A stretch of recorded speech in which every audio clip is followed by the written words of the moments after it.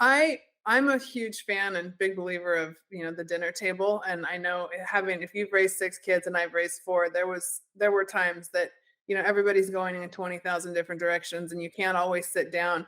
But when you look back, did your family were you having these kind of self-aware conversations at the dinner table? We were pretty consistent that we had dinner together at least a couple 3 nights a week, and, one of our things that we would do is we would go around, and it was like everybody would share something good from their day, and, Yeah. just that idea of trying to focus on what's working or what's good, and the other thing is you can and you've probably experienced it too when we had 6 children, is giving everybody a voice, right? And sometimes, different personalities, some of the especially the younger kids maybe almost feel like they don't get a chance to say something, and to have the whole family turn and focus attention on, the 5th child or the 6th child and let them be able to share something about their day.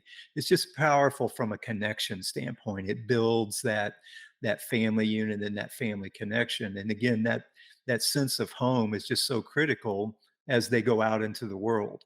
Because I like to use the idea of it's like a North Star. It gives them a point of reference for, of what loving relationships look like, right?